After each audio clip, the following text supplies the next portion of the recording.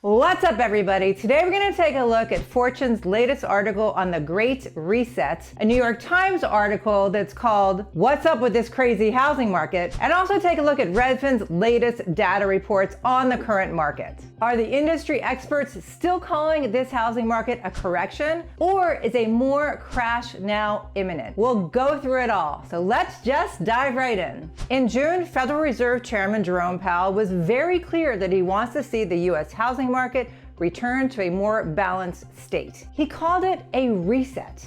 As we know, the Fed Reserve hiked rates dramatically over the last few months, which caused mortgage rates to respond in kind. According to Lance Lambert of Fortune, once the Fed made it clear this year would lay ahead for monetary tightening, markets quickly pushed the average 30-year fixed mortgage rate above 5%. Since December, mortgage rates have nearly doubled, coming to just close to 6%, the highest rate we've seen since 2008. In the New York Times article, Caryn gives this example. In January, a buyer would have paid around $2,100 a month for a $500,000 loan. Today, that loan would cost about $2,900 a month for principal and interest. This is a big difference. Imagine what you could do with an extra $800 a month, or close to $10,000 a year. I can think of a lot of things. Many buyers just simply can't absorb that kind of increase, coupled with the fact that prices are still rising. So it's really priced out a lot of buyers with these new interest rates. According to the New York Times, experts aren't anticipating that rates are going to return to the levels of the 1970s and 1980s. They peaked in 1981 at 18.4%, but until inflation recedes, they will keep rising. Greg McBride, the chief financial analyst at bankrate.com, said, "If we get more inflation numbers like we did a couple of weeks ago, there is no telling how high mortgage rates could go." Fed Chair Powell told reporters last month that if you are a home buyer, you need a bit of a reset. We need to get back to a place where supply and demand are back together and where inflation is down low again and mortgage rates are low again. We saw home prices moving up very, very strongly these past couple of years. We are well aware that mortgage rates have moved up a lot, and you are seeing a changing housing market. We are watching it to see what happens.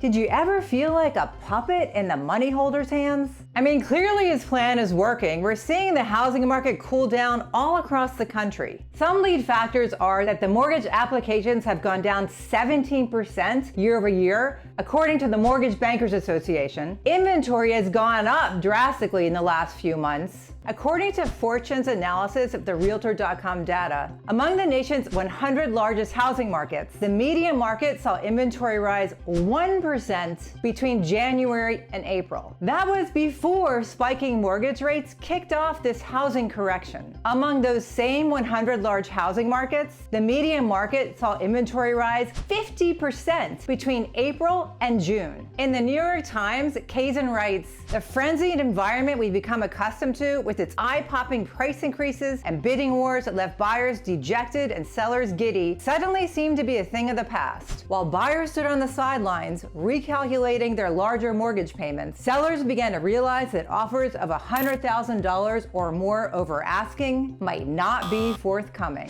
We're also seeing more and more price reductions. According to the Redfin data for the 4-week period ending July 3rd, on average, 7% of the homes for sale had a price drop, a record high as far back as the data goes, beginning in 2015. According to the same Redfin report, pending sales are down 13% year over year, the largest decline since May of 2020. Redfin's chief economist, Daryl Fairweather, said, "The long-term outlook is still quite strong, but in the short term, because of all the volatility in the economy, home prices may fall between now and next spring." Logan Matashami, the leading analyst for Housing Wire, told Fortune, "We still have some work to do to get a balanced market. However, with higher rates, we have a shot to get back to peak inventory levels in 2019. All my inventory issues go away once we are back to 2019 levels, and only then can I remove the savagely unhealthy housing market theme.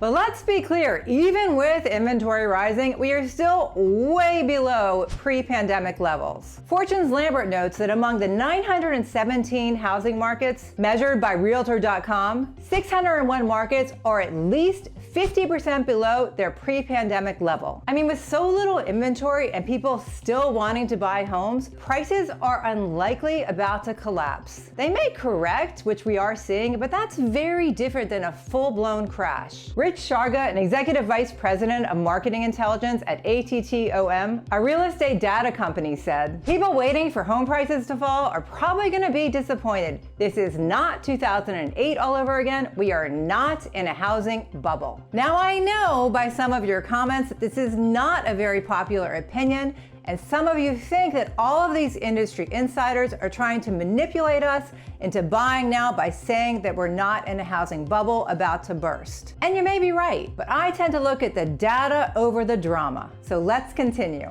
I mean, unless we see a huge surge of inventory come on the market all at the same time, I just don't see the market crashing like it did in 2008. Correcting? Yes, it's already happening, and that's a good thing. The housing market, the way it's been these last 2 years, has been unsustainable. You have to understand, I represent both buyers and sellers, and as much as I am happy for my sellers, my heart hurts for my buyers. It's really hard to see them losing house after house or paying so much more than they would in a normal market. I've been saying all along in my videos that I prefer a more balanced market. It's just better for everyone, and honestly, it's just more fair for everyone. So let's see what this New York Times article says about buying right now. Kazin writes that buyers may want to wait out the summer or even wait to the spring of next year. If prices do continue to correct, it could return to a pre-pandemic normal where houses stay on the market longer and prices that increase gradually. Buyers may be able to start asking for appraisal and loan and inspection contingencies. And as inventory increases, they may be able to take their time and actually look at a few different houses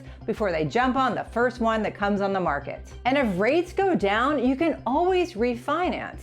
As my lender friends always like to say, you date the rate, but you marry the home. I mean, it's always better to get a house with a reduced price and a higher interest rate than a way overpriced house at a low interest rate if you are planning on staying a while and you can get through different cycles, so you will have that opportunity, hopefully, to refinance. The Times article says the time has come for sellers to reset their expectations. List your house today, and it's unlikely that 24 hours from now you will get to pluck an all-cash bid that's $150,000 over list price from a sea of contingency-free offers. Those days are over, said Lawrence Yoon, the chief economist for the National Association of Realtors.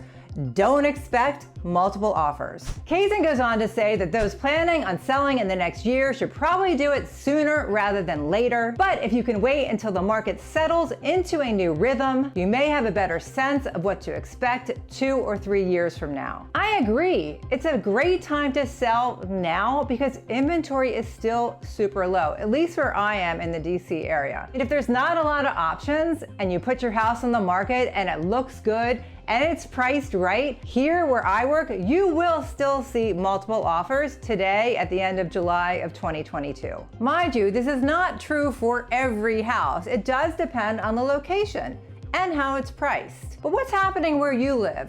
Are you still seeing multiple offers? Are you seeing more price reductions than multiple offers? I really do want to know. So when you comment below, definitely tell us where you live and also how old you are, because it gives us an indication of where you are in life in making your decisions. The problem that some sellers are having if they want to sell is, where do they go? Do they trade in their low interest rate for a higher one?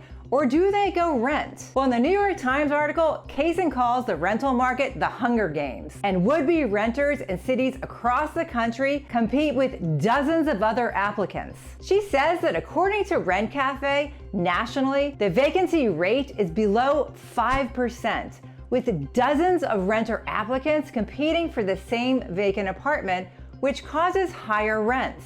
The forecast does not look good for renters in the short term or the long term. I mean, rising mortgage rates will push some buyers out of the sales market, putting more pressure on the rental market. And as rents climb, even fewer people will move. With no relief in sight for the inventory shortage, renters have few options. So what should renters do? Well, Caryn suggests if you can renew your lease, even at a higher rent, the odds are that will be cheaper than moving. You can consider taking a roommate or looking into cheaper neighborhoods. But none of these options are pleasant, and no one has a crystal ball to predict what the future holds. So really, this puts people in a lose-lose situation. At least if you buy, you control your monthly amount for the next 30 years, unless rates go down and you refinance and then you pay less. While buying at a higher interest rate may sound like a bad idea, the renting option sounds even worse. But I want to know about you. Do you own your home or do you rent and pay someone else's mortgage? Comment below and let us know. Let's end this video with some real data from Redfin's latest report so we can try to see the upcoming trends. Redfin's data in this report covers the 4-week period ending July 3rd. The median home sales price was up 13% year over year to $396,000. The growth rate is down from the March peak of 16%. The median asking price from newly listed homes increased 15% year over year. New listings of home for sale were down 1.4% from a year earlier. Active listings fell 2% year over year, the smallest decline since October 2019. 45% of the homes that went under contract had an accepted offer within the first 2 weeks of being on the market. This is down from 49% a year earlier. 32% of the homes that went on the market had an accepted offer within 1 week of going on the market, down from 35% a year earlier. Homes that sold were on the market for a median of 18 days, flat from a year earlier, and up slightly from the record low of 15 days set in May and early June. 52% of homes sold for above list price, down from 53% a year earlier. This measure peaked in mid-May and has declined 3.8 points since then. I hope you got some value out of today's video. It takes a lot of work, but I really want you to have the most updated information so you can make the best decision for you and your family. If you did get some value, please show your support by smashing that like button, subscribing to our channel, and commenting below. It helps us with the YouTube algorithm and motivates us to make more videos. If you want to see more housing update videos, check out this next one. It has a lot of great information. Thanks for watching. I do appreciate it. Bye!